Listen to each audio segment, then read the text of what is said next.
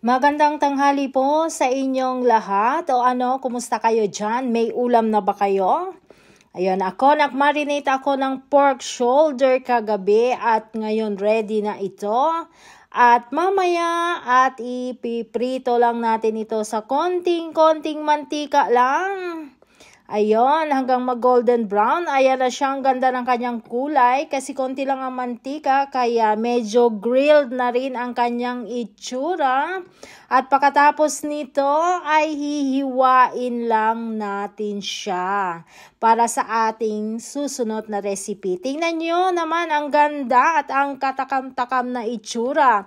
So ayan na, nakahiwa na siya at ngayon nagpiprepare naman ako sa aking sahog na ihahalo sa kanya. Meron akong mangga, lettuce, cucumber at tomato. Kagaya ng meat na yan, hiwa-hiwa ko na rin ang susunod ng ating mga ingredients at ihalo na natin. Kaya ayan, nakahalo na siya. Ang ganda ng kulay at katakam-takam. Parang gusto ko na tuloy kumain kahit walang kanin. Kaya ayan na po, at tingnan nyo naman, pagmasdan nyo. Sigurado magugustuhan nyo ang recipe ito. Haluin lang po ang lahat at nandyan na. Meron na kayong ulam.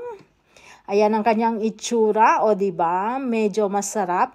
Pwede nyo rin partneran ito ng drinks na gawin yung pulutan. O ayan, may pulutan na kayo at mamaya may ulam na rin kayo. Pwede din ito kainin sa kanin na mainit. Kaya samahan nyo ako, guys. Tikman natin at i-enjoy natin ang ating recipe ngayong araw. Ayan na siya. Ano lang ito? Pork grill mixed with veggies. Parang kilawin din lang sa atin.